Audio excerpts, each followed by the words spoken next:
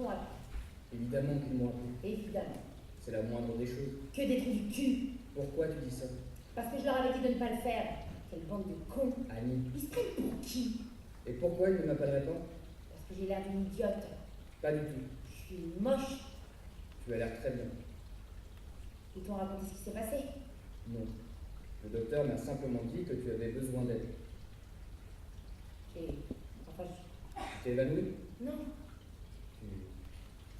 Tu t'es fait quelque chose? en quelque sorte. Tu vas me le dire? Ils te l'ont déjà dit. Puisque je te dis que non.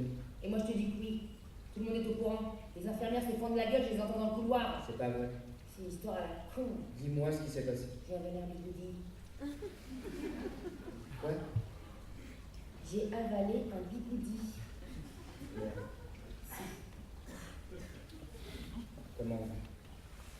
Comment c'est arrivé?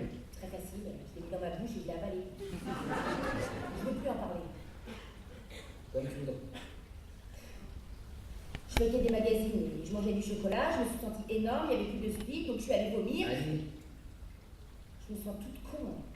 Annie, ça ne peut plus durer. Mais je sais. J'aurais préféré que tu ne viennes pas.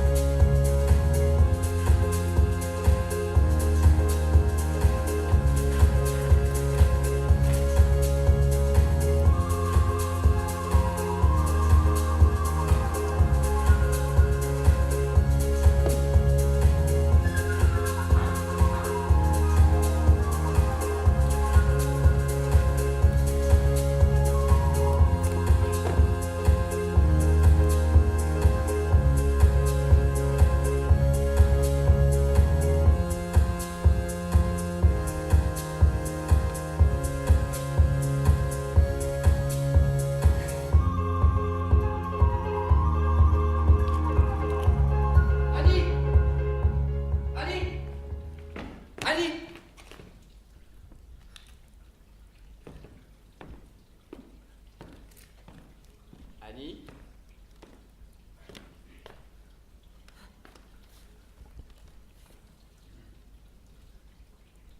Annie?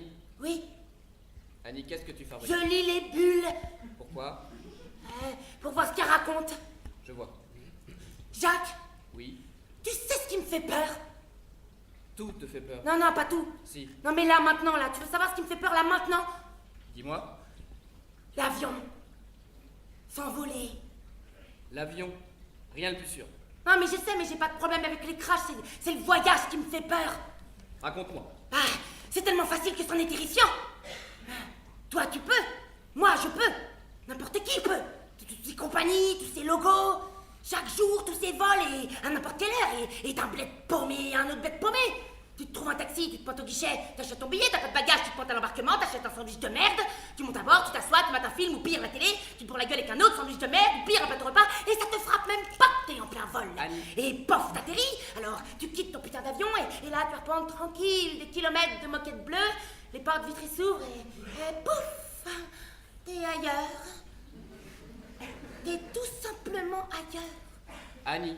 Quoi? Annie, tu n'es pas par hasard. Ah si. Déjà. Ah oui. Depuis quand? Depuis que j'ai vomi, j'en ai pris Mais une heure. tu vomis et puis tu... Ah, excuse-moi. Ne t'excuse pas, mais ça pourrait expliquer pourquoi subitement comme ça tu as une peur bleue de te déplacer en avion. C'est tellement facile. Je Et c'en sais. est terrifiant. Et tu serais levé de table et moi, dès que tu passes la porte, je te vois plus, tu comprends? Alors, mon adrénaline et moi. Je comprends. Alors je me suis dit, lis tes bulles. C'est logique. Je serais restée assise là et toi, t'aurais pu simplement... Sauter dans un taxi. Sauter dans un taxi. Direction l'aéroport. C'est si facile, si épouvantablement facile que... Pouf, tu serais déjà ailleurs, tu m'aurais quitté avant même que je termine mon petit déjeuner. Tu te serais envolée. Et moi, je serais restée là, toute seule, avec mes bulles.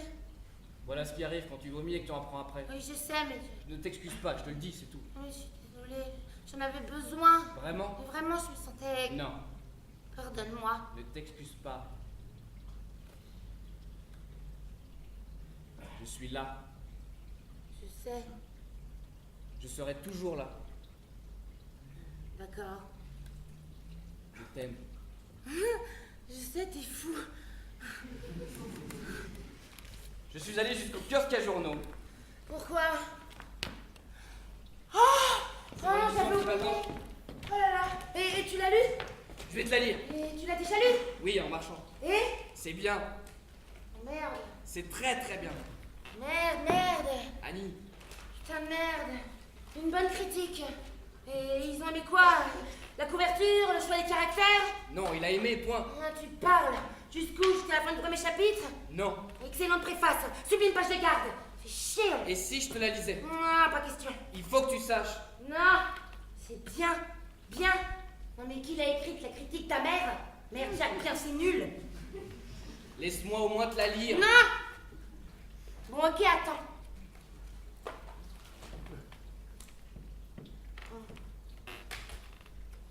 Vas-y. On y va.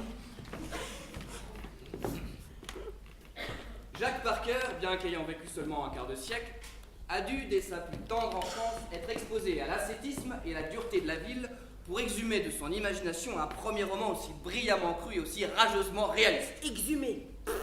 Infinitif utilisé à contresens. Hein. Ah ok, continue. Centré sur le récit brutal et talentueux d'une relation sexuelle, les personnages de Jacques Parker se battent pour réconcilier leurs souffrances personnelles aux entraves de plus en plus menaçantes de la vie urbaine. Chacun de son point de vue original et authentique, et chacun avec une générosité assez forte pour irradier sa propre douleur. Après, il fait un bref résumé de l'intrigue. Dis-moi le dernier paragraphe. Parker a su contourner toute accusation de prouesse technique grâce à l'utilisation d'une construction maligne et organique, d'une chorale de voix narrative et à quelques choix stylistiques à vous couper le souffle. Ne soyez pas surpris par la fin brutale du chapitre 7. Quel con. La fin brutale du chapitre 7. Non mais merde, Jacques, c'est censé être une surprise. Je sais. Non mais comment surprendre avec une fin brutale si un connard annonce à l'avance que ça finit brutalement? Oui.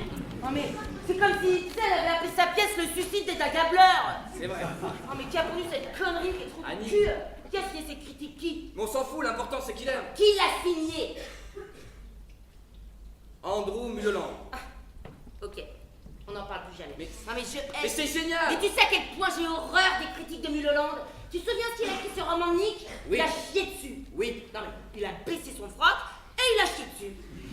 Le meilleur roman de l'année dernière, Jacques. Et Mulholland n'y comprend rien, donc il le détruit. Il avait même dit que c'était d'une lecture ardue. Une lecture ardue, oui, c'est vrai. Ah, le bouquin s'est vendu à combien d'exemplaires? Oui, mais c'est un livre de Nick Perry. Non mais il a fait combien? 30 $ à tout casser? Et il est où maintenant, Nick? Dans le Massachusetts. Où les vieux romanciers s'en vont mourir. Jolie Annie. Non mais Mulholland s'en fout des livres, Jacques. Il n'y a qu'une chose qui l'intéresse, que sa critique soit bien en vue. Et son nom, en gros caractère, bien en haut de la page. Voilà ce qui l'intéresse. Annie. Nick était notre ami, Jacques. Il fait quoi maintenant? Garde forestier. Il écrit plus. Il garde des forêts. J'ai pas la moindre idée de ce que c'est que de garder une putain de forêt. Annie. Bordel de merde. Annie. Quoi? Mais qu'est-ce qui ne va pas ce matin? Ben, je suis... Quoi? Mais Jacques, je suis Tout toi. ce que j'ai fait ce matin, c'est acheter le journal au kiosque. Voilà ce que j'ai fait ce matin. Je n'ai pas baisé la vie de Nick Perrine. Mulholland non plus n'a pas baisé la vie de Nick Perrine. C'est notre amie la Blanche qui a baisé la vie de Nick Perrine. Les coupables, ce sont les petites aiguilles, les petits tubes et les petites sacs en plastique. Voilà ce qui a foutu sa vie en l'air. Ce n'est pas Mulholland, pas sa critique, et certainement pas moi. Je sais, Allez, je sais. viens. Ok? J'apprécie ta fidélité à la grande confrérie nationale des auteurs maudits. Oui, vraiment. Mais je fais quoi maintenant, hein? J'adresse une lettre aux Times en essayant de les convaincre que le livre est un tas de merde. Cher monsieur, je suis très blessé par la superbe critique que votre journal a bien voulu me donner. Très franchement, votre appréciation si élogieuse de mon roman n'est que l'expression infiniment tangible et infiniment irréfutable de votre profonde connerie. Bien à vous. Excuse-moi, tu as raison. Juste, Ok, juste, essaie. d'accord. Ils aiment le livre, essaie juste d'être heureuse. Bon. Je t'aime. Je t'aime aussi.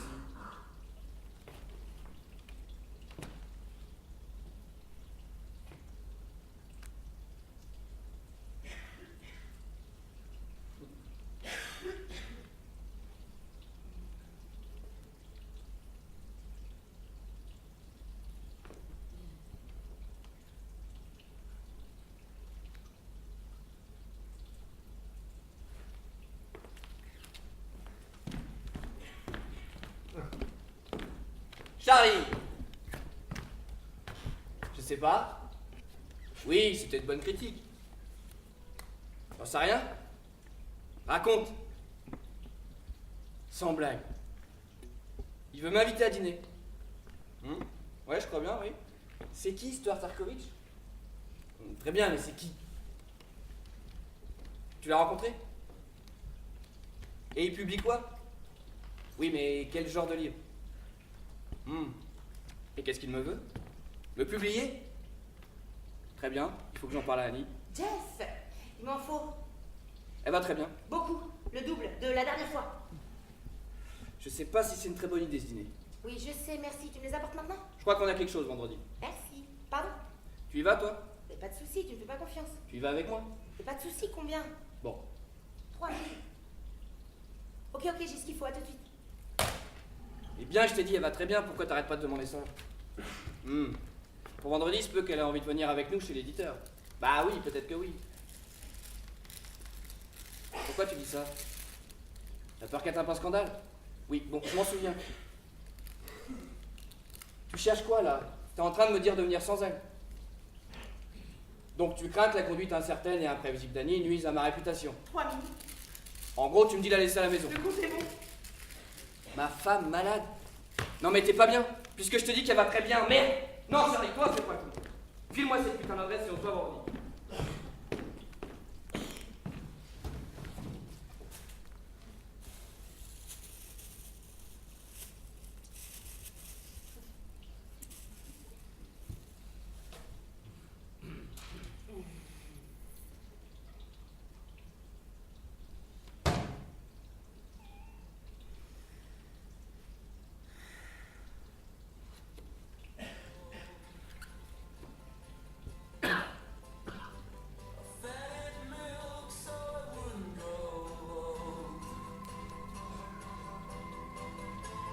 Cross the borderline at dawn and woke up in a field of corn.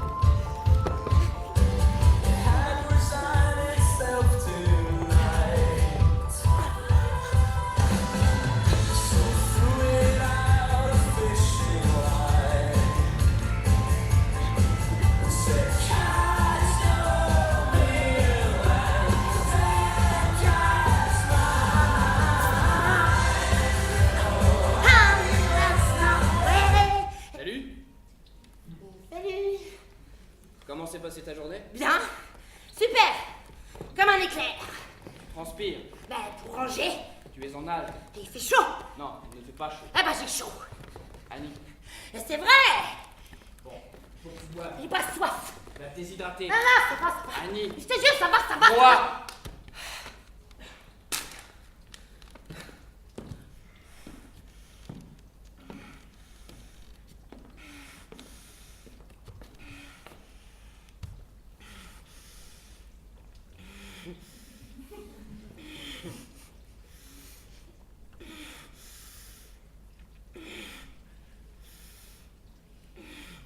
Depuis combien de temps es-tu sous speed? Pas longtemps. 1 heure ou 2. 1 heure ou 2. Ouais, mais je me sentais toute grosse. Toute grosse. Et tu vois ce que je veux dire? Jeff est passé. Ouais. Il te salue. Putain. Il t'a livré tout ça? Bah ouais. Annie, tu as acheté 1 kilo d'en fait. C'est ça. Tu entends ce que je dis? Ouais. Tu es sûr? Oui. Et pourquoi autant? En cas d'alerte nucléaire? En cas de très mauvaise récolte d'amphétamine? Oh, pourquoi tu me parles comme ça? Parce que personne n'achète d'amphétamine en gros! Bah si, moi. Annie! Quoi? Non, rien.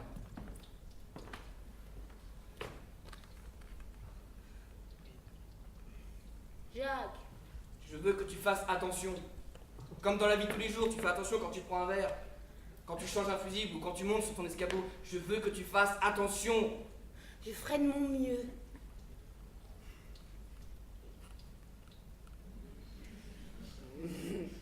J'ai un cadeau pour toi. C'est quoi? Ferme tes yeux. D'accord? Triche pas. Non, non. Jacques! Jacques! Je suis là, Annie. Non, non, où tu vas? Reviens, ferme bien tes yeux.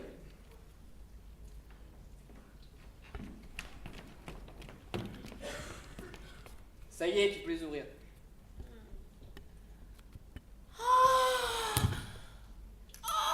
J'ai pensé que... Jacques! J'ai pensé qu'il serait comme un rayon de soleil dans l'appartement. Oh, qu'il est beau! Très beau. Non, mais il est... Et il chante. Il chante! Il chante. Oh, mon amour, je Je suis l'adore! content, je pensais que... Mais non! Ah, je n'étais pas sûr que ce soit ton genre. Oh, mais je l'adore! Oh, mais... Oh! Mais t'es incroyable! Tu m'as acheté un... Oh, mais t'es tellement gentil, mais t'es tellement génial! Je t'aime.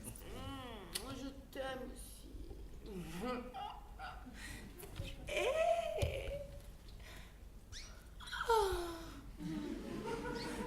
Oh.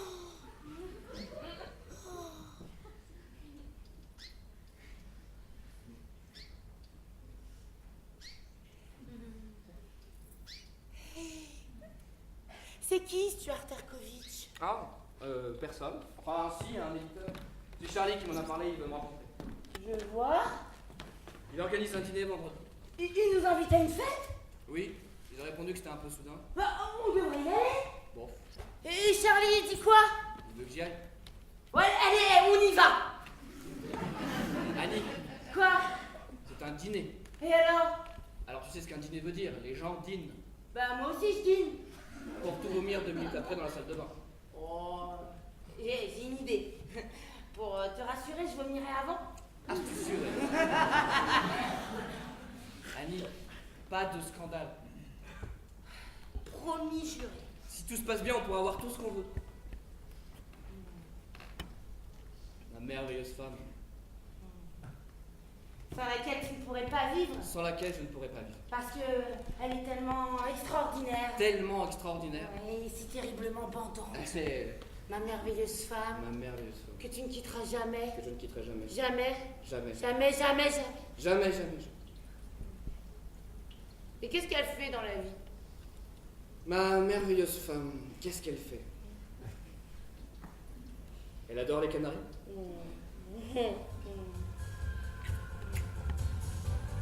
Better start early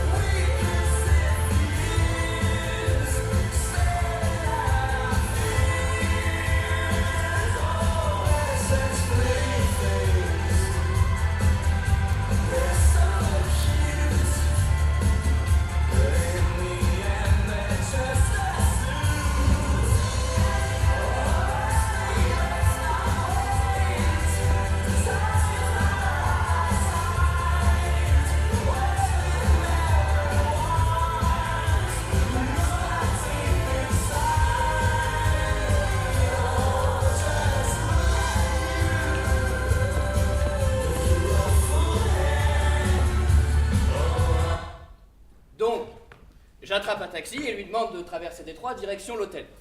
Mais je sais toujours pas où se trouve mon pote. En tout cas, je me dis que si moi je suis dans cet état-là, lui il doit être carrément dans le coma. J'arrive à l'hôtel, je titube vers la réception, pas très clair, je marmonne vous n'avez pas eu mon pote, grand comme ça, cheveux noirs. Et le mec derrière le bureau me répond ce ne serait pas par hasard le monsieur tout habillé au milieu de la piscine? Pas besoin de vérifier, je dis juste c'est lui, et c'est bien lui. Au milieu de la piscine, imbibé d'alcool, le yagar. Je le sors, quel bordel, peut pas marcher, peut pas parler, puis la colle à 15 mètres. Je le monte jusqu'à sa chambre, le jette sur le lit, allume la télé. Les actualités. Une vague de chaleur a déjà tué des centaines de personnes. Les statistiques s'affichent à l'écran derrière le présentateur sur un genre de thermomètre, mais qui, au lieu d'afficher la température, affiche le nombre de morts. Je zappe, je tombe sur une connerie de Téléthon pour je sais pas quoi, et putain, eux aussi ils ont un thermomètre qui montre le fric récolté. Et alors mon pote, toujours bourré, toujours puant, se met subitement à parler et dit regarde, c'est pas vrai, les morts sont en train de gagner.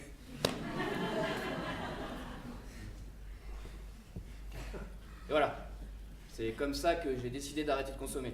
C'était trop, c'était vraiment trop. Le lendemain, je me suis dit qu'il fallait que je fasse quelque chose de plus intelligent de ma vie.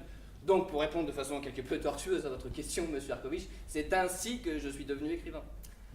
Alors, vous avez été violé à quel âge? À quel âge vous avez été violé? 9. J'avais 9 ans quand je me suis fait violer. La première fois. Et c'est quoi le destin des petites filles violées? Eh ben, elles finissent là, sur le divan après le dîner, en attendant que les garçons viennent leur parler. Je m'appelle Annie. Ravie de faire votre connaissance. Vous êtes beaucoup trop maquillée. Hein. J'ai pris de la drogue, des amphètes surtout. Ouais, je me shoot. Aux amphétamines et à la méthadone. C'est magique. Avant, j'étais grosse. Alors, j'ai commencé à prendre des pilules pour maigrir. Et il y a quelques années, mon copain Jeff, un très bon ami à nous, m'a suggéré d'en prendre. L'effet est incroyable, hein, je vous les recommande, hein, vraiment. Hein. On a l'impression que la journée est sans fin. Je peux par exemple baiser pendant des heures. Un claquement de doigts et la part est nickel. C'est le régime le plus facile que j'ai jamais suivi. Alors j'ai élaboré tout un système. J'ai même envisagé de faire des tournées de conférences. Combattre l'obésité avec Annie Laspidé. Pour tout vous dire, j'en ai pris pas mal ce soir avant de venir.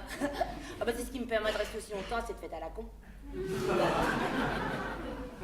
Ah, je sais ce que vous allez me dire. Oh, j'ai pas envie de l'entendre. Je suis pas à plaindre, alors commencez pas à m'emmerder. La dernière chose dont j'ai besoin, c'est de me pointer à une fête de merde et de me faire sermonner par une Barbie qui passe son temps dans les réunions du perroir. Non, mais vous avez envie de caler vos gros nibards gonflés à bloc dans un bustier taillé pour une nymphette et de remplir le vide de votre existence avec des cours de décoration donnés par les gourous de la mode. Grand bien vous fasse. Mais nous, les autres femmes, nous sommes dans le vrai monde. Un monde aux prises avec l'injustice. Un monde où les hommes ne nous aident pas, où les hommes ne nous protègent pas, où les hommes ne nous nourrissent pas. Bon bah ras le cul, je me casse. Ravi d'avoir votre connaissance.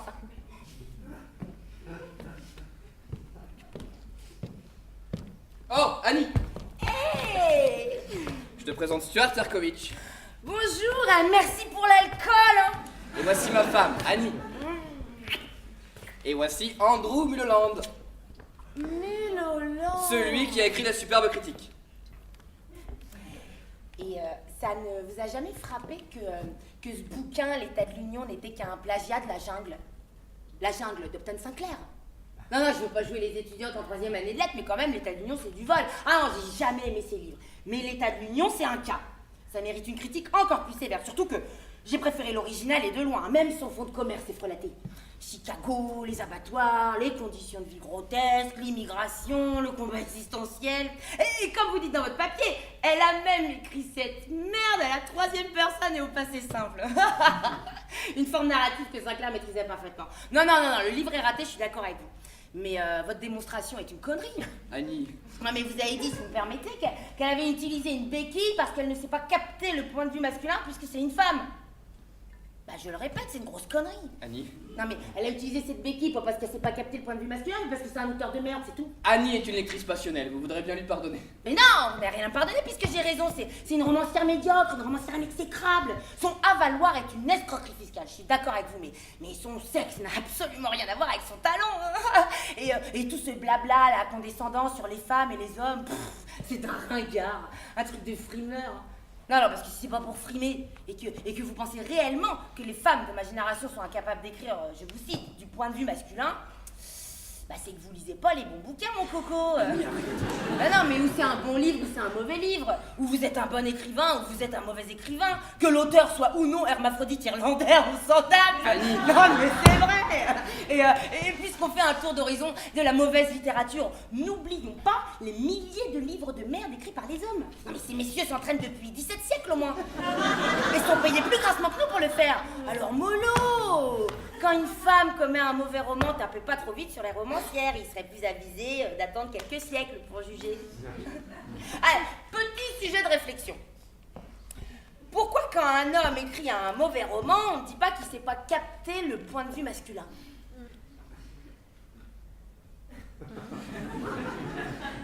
Si l'on considère que le roman de mon mari n'a nullement besoin de vous pour être excellent, vous pouvez vous la coller au cul, votre critique. Non, mais je pense que vous êtes un charognard. Je pense que vous êtes un flagorneur inculte. Eh, Jacques, on se casse. Non, écoutez-moi, sale branleur.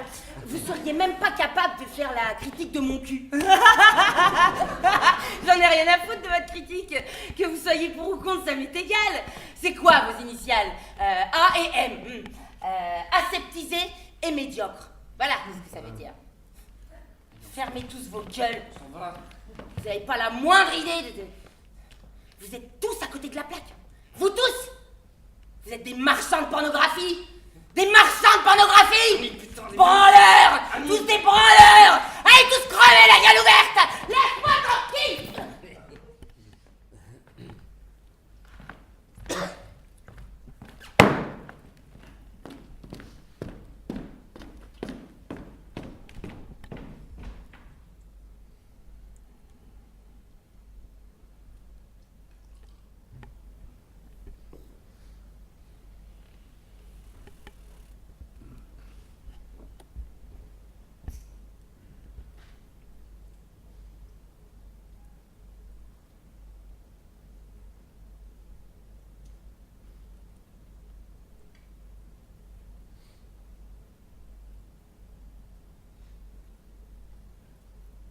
L'histoire de la piscine. L'histoire du mec pété dans la piscine. Super drôle, hein? Hilarant. À se rouler par terre. Bah, le mec pété dans la piscine, c'était pas un mec. C'était moi. J'étais défoncé, bande de cons. Et c'est Jacques qui m'a trouvé. Raconter de cette manière, l'histoire est moins charmante, hein, n'est-ce pas?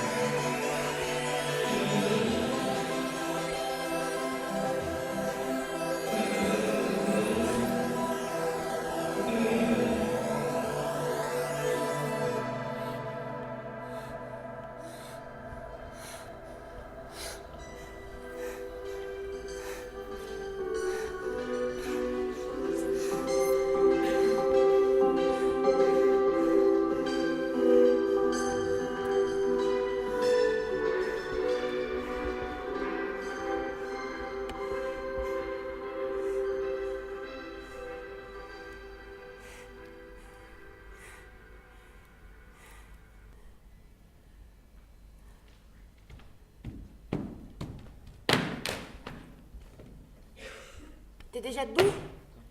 Comme tu vois, Tu t'es levé tôt? je suis réveillé. Jamais tu te lèves si tôt. C'est pas grave. Où tu vas? Prends mon petit déjeuner. Avec qui? Moi-même. Bah attends, je m'habille. Non, J'en ai pour 2 minutes, j'arrive. non, Attends-moi, je viens. non, je vais prendre mon petit déjeuner tout seul. Jacques, tu m'en veux. Non, Tu m'en veux, s'il te plaît, faut pas m'en vouloir, Jacques. tu veux vraiment savoir? Je suis foutrasse! Ah, Bordel de merde, mais qu'est-ce que tu crois? Jacques, J'en ai marre! non, Comment t'as pu me faire ça hier soir? désolé. Ne t'excuse pas! On avait dit, tu avais dit que tu te tiendrais à carreau! Oui, je sais. C'est Charlie qui avait raison. Pourquoi? Parce qu'il m'avait dit de pas t'inviter à la fête. Ah bon? Il m'avait dit de te laisser à la maison. Il pensait que tu serais un boulet. Ah bon? Et tu sais quoi? Il avait raison. Tous ceux qui étaient là hier soir, qu'est-ce qu'ils vont dire maintenant quand on leur demandera: vous avez lu le roman de Parker? Et ils répondront: ah oui, on a beaucoup aimé le roman. Mais alors sa femme, quel désastre! Et c'est important pour toi ce qu'ils pensent de ta femme? Oui! Mais plus important que ce que tu penses toi? Annie! Mais oui ou non? Mais putain, Annie, moi aussi je pense que tu es un désastre!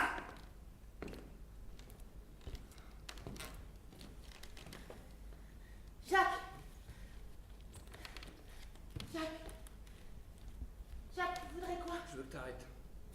Que j'arrête. Oui, là, maintenant, tout de suite. Que j'arrête tout? Oui, tout. Mais Jacques, je peux pas. Tu peux le faire, tu vas le faire, je vais t'aider, tu vas réussir. Je peux pas. Connerie, Annie. C'est pas vrai. Tu fais semblant que c'est toi, mais c'est du gros guignol, Annie. C'est moi. Non. C'est mon ADN, mes gènes, c'est ce qui fait que je suis ce que je suis. Alors ce qu'il faut, c'est changer ce que tu es. Jacques. Non, Annie, tu pourras pas t'en sortir comme ça. Jacques, écoute-moi. Jacques, écoute-moi. Écoute-moi. Écoute-moi. Et disons si j'arrête l'alcool et les enfants, hein, si j'arrête tout, si j'arrête de lire des critiques littéraires, si j'arrête de faire des scandales, si je suis une bonne épouse, que je mène une vie bien rangée, si je fais tout ça, c'est bien ça que tu me demandes de faire. Ce n'est pas ça que je te demande. Si je fais tout ça, ce qui coule dans mes veines, ce qui fait battre mon cœur, chut, parti. Et si c'est moi qui partais? On dit pas ça. J'en peux plus, Annie. Non, Et c'est pas ma vie qui me pèse, c'est la tienne qui m'écrase. Toujours lutter pour te trouver un refuge, un endroit sûr, gagner de l'argent pour quitter cette putain de ville, te nourrir, te guérir, et en même temps empêcher tes cheveux de foutre dans l'eau des chiottes, t'empêcher de trouver les veilles du poignet gauche, du poignet droit, ou d'égorger tout seul qui cherche à nous aider, et pire que tout, Quoi? de mettre mon nom là où ton nom devrait être. Arrête, s'il te Bon, plaît. ma gueule à la place de la tienne, mon cœur, mes mains, mes yeux. Et qu'est-ce que tu fais pour remercier? Tu arrives au dîner complètement shooté, tu détruis tout. Ça suffit. Et tu fais quoi après? Tu te casses. Écoute-moi. Tu te casses, tu disparais, tu t'évapores. Pas qu'on me regarde. Et moi, comme un con, je reste là, à sourire, à se serrer les mains, à nettoyer la merde. Je veux pas qu'on me regarde. Tu comprends? Il faut surtout pas qu'on me regarde. Ils ont pas le droit de penser qu'ils ont le droit. Ils ont pas le droit de savoir qui je suis. Il faut que Je sais. Annie, c'est un tour de passe-passe. Pendant que le public a les yeux braqués sur l'assistant, la magicienne disparaît.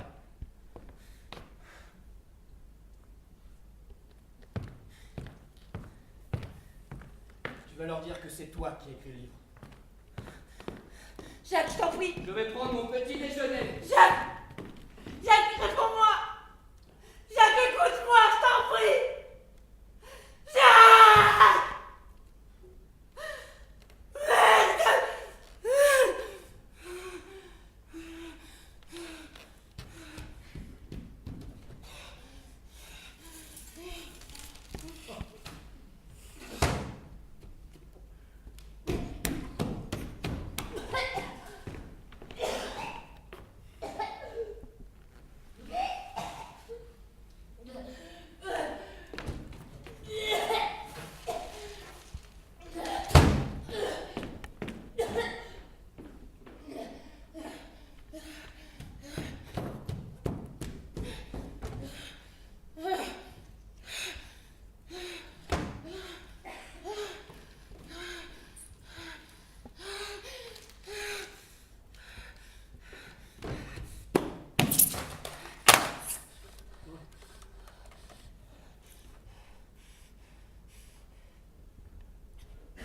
Remets ton cul tout de suite.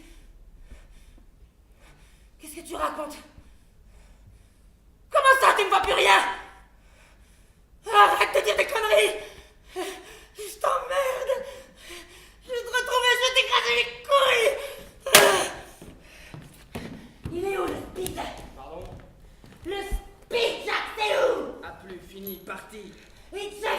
plus non plus.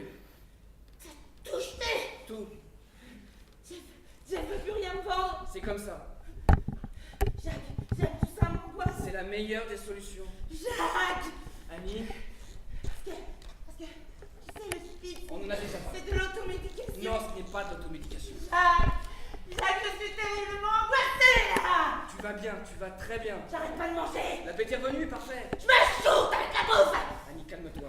Arrête, ça me bafferit, regarde. Avant, tu ne mangeais pas assez. Peut-être que je me sens atroce. J'ai besoin que tu te Je calmes. me sens énorme. Annie, Quoi? viens là. Quoi? Viens là, regarde-moi, écoute-moi. Pourquoi? Je viens de discuter avec Charlie. Stuart a adoré le bouquin. Il me propose un nouveau contrat. 1,5 million. Putain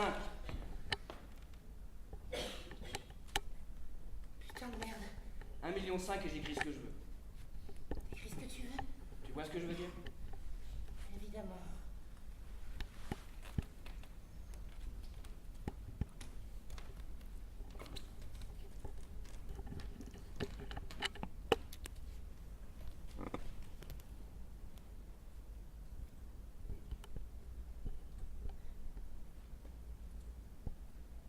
Non, Non?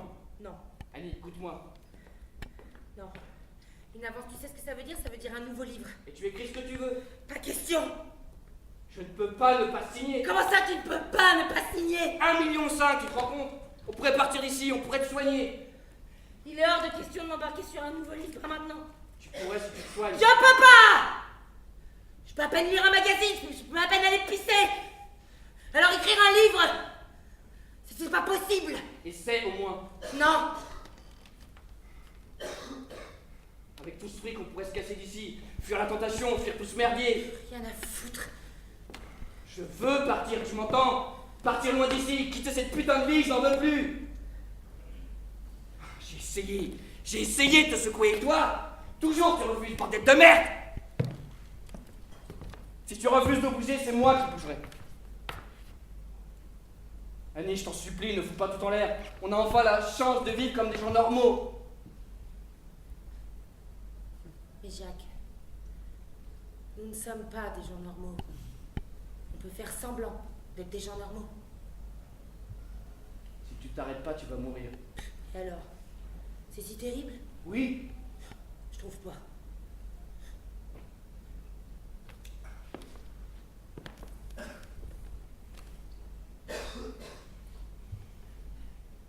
Non mais, sans avoir recours aux platitudes sentimentalo-humanistes, dis-moi Jacques, qu'est-ce qui serait si terrible? Quelle est la grande récompense qui m'attend si je vis encore 50 ans? Non mais dis-moi! Si je vis jusqu'à 100 ans et que je meurs calme et sereine dans mon lit, en quoi cette mort est plus estimable que si je meurs face contre terre, par les rouges à lèvres, le cœur explosé, un bigoudi au fond de la gorge? Ma vie a été quoi, Jacques? Précieuse? Unique? Juste longue? Tu parles d'une vie.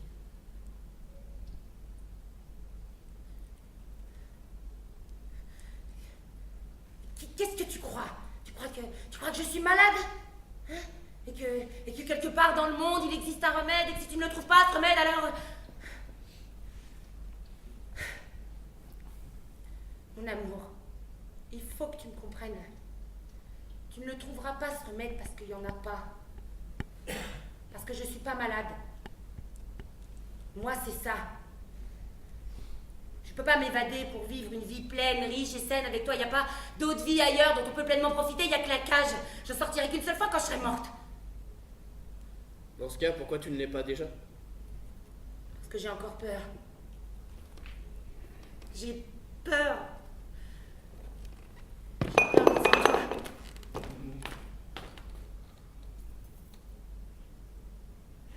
J'ai peur de toi.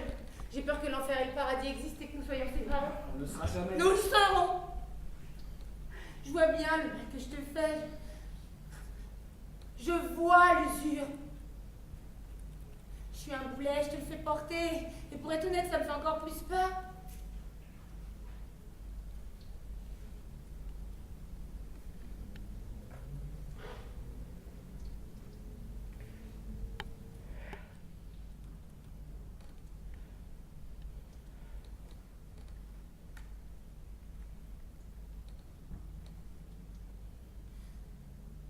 fini, Charlie. C'est fini. Je ne peux pas signer ce contrat, je ne peux pas prendre ce fric. Non, je dois m'occuper de ma femme. Charlie, essaie de comprendre, c'est pas bon pour elle. Calme-toi. Elle a besoin de moi, il va falloir qu'elle parte. C'est comme ça, Charlie, je m'en vais.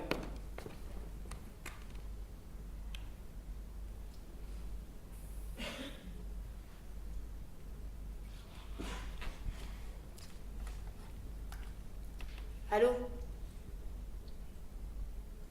Monsieur Mulholland?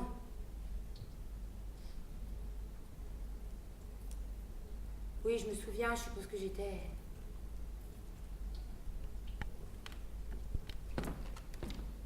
Je devrais peut-être vous demander pardon, un truc du genre.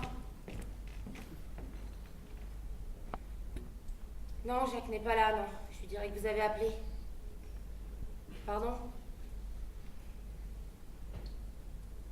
Comment ça, vous savez tout? Vous savez quoi? Arrêtez, s'il vous plaît. C'est pas vrai. Non, vous ne comprenez rien, non. Arrêtez!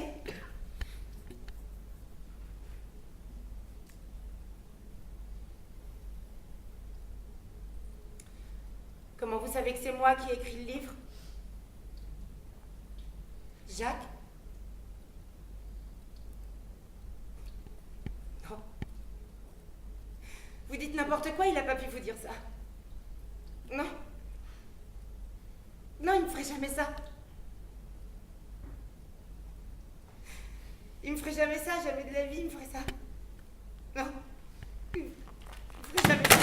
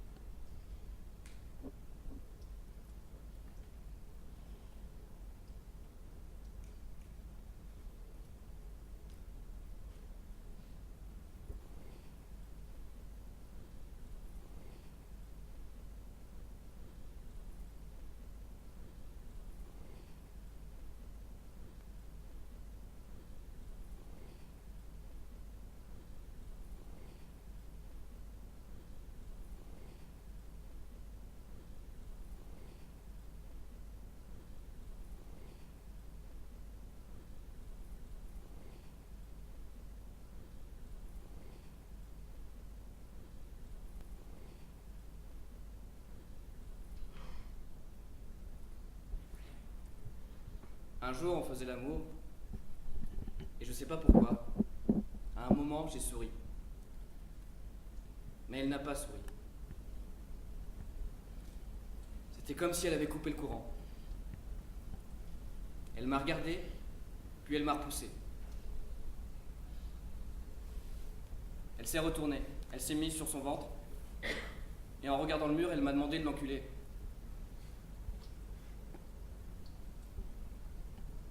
C'était un ordre, autoritaire et froid. Elle est restée là, les jambes écartées.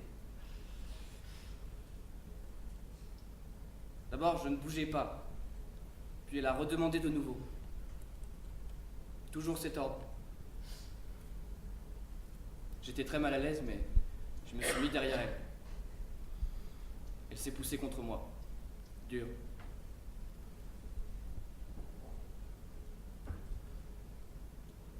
Et elle a encore répété de nouveau, les dents serrées, avec une détermination froide. Alors, j'ai commencé, un va-et-vient très lent, avec le sentiment que je l'abîmais, que je lui faisais du mal.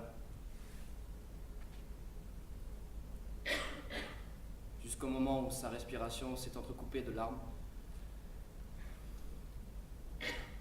Et encore et toujours, elle me commandait, les dents serrées, comme si je la décevais.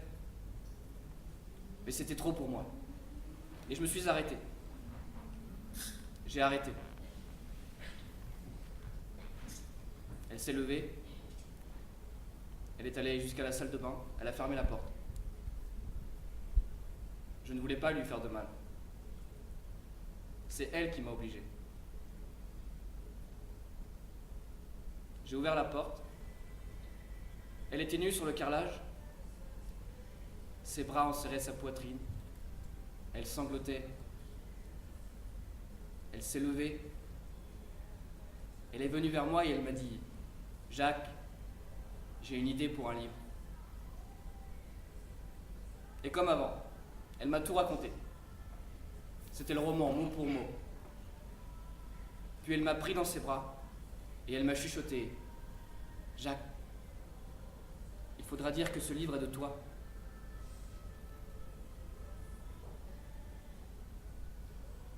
C'est à ce moment-là que j'aurais pu faire quelque chose. J'avais une chance. J'aurais pu dire non. J'avais une chance. Tout le monde a au moins une chance.